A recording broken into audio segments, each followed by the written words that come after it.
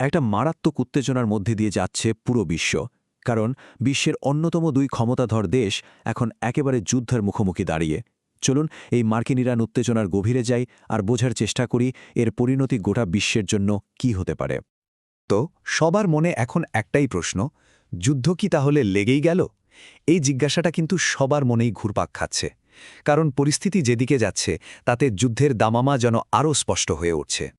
আসলে চারদিকে যে আলামত দেখা যাচ্ছে তা উপেক্ষা করা প্রায় অসম্ভব। একদিকে যুদ্ধজাহাজগুলো তাদের নির্ধারিত জায়গায় পৌঁছে যাচ্ছে, অন্যদিকে মিসাইল সিস্টেমগুলোকে সর্বোচ্চ সতর্ক অবস্থায় রাখা হয়েছে। সব মিলিয়ে একটা আসন্ন সংঘাতে স্পষ্ট ইঙ্গিত কিন্তু পাওয়া যাচ্ছে।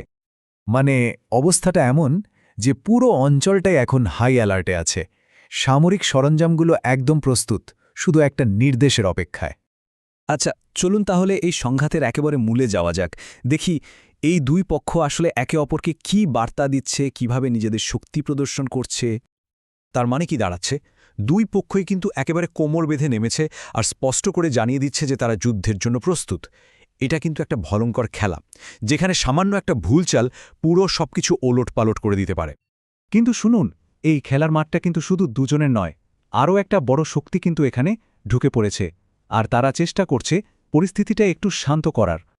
রাশিয়ার এই যে দুশ্চিন্তা, এর পেছনে কিন্তু শক্ত কারণ আছে। ভেবে দেখুন, মধ্যপ্রাচ্যে যদি একটা বড়সড় যুদ্ধ লেগে যায়, তাহলে ওই অঞ্চলে তাদের যে কৌশলগত অবস্থান আর অর্থনৈতিক স্বার্থ, সেগুলোর কি হবে? সবকিছু মারাত্মক হুমকির মুখে পড়বে।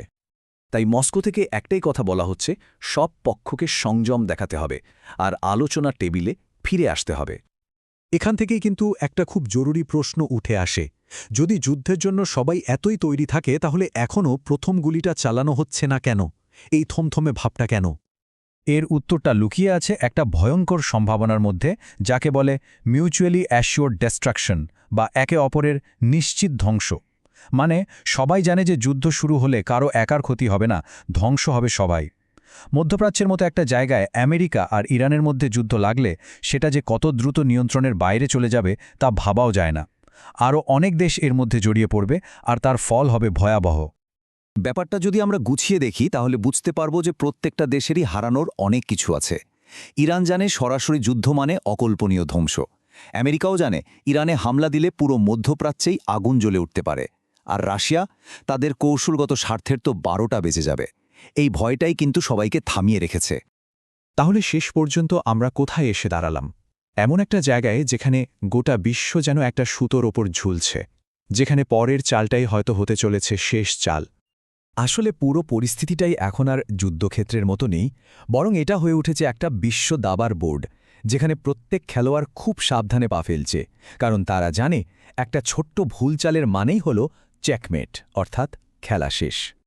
আর এজন্যই বলা হচ্ছে যে বিশ্ব রাজনীতির এই দাবার বোর্ডে এখন যে কোনো একটা চালই কিন্তু শেষ চাল হয়ে যেতে পারে।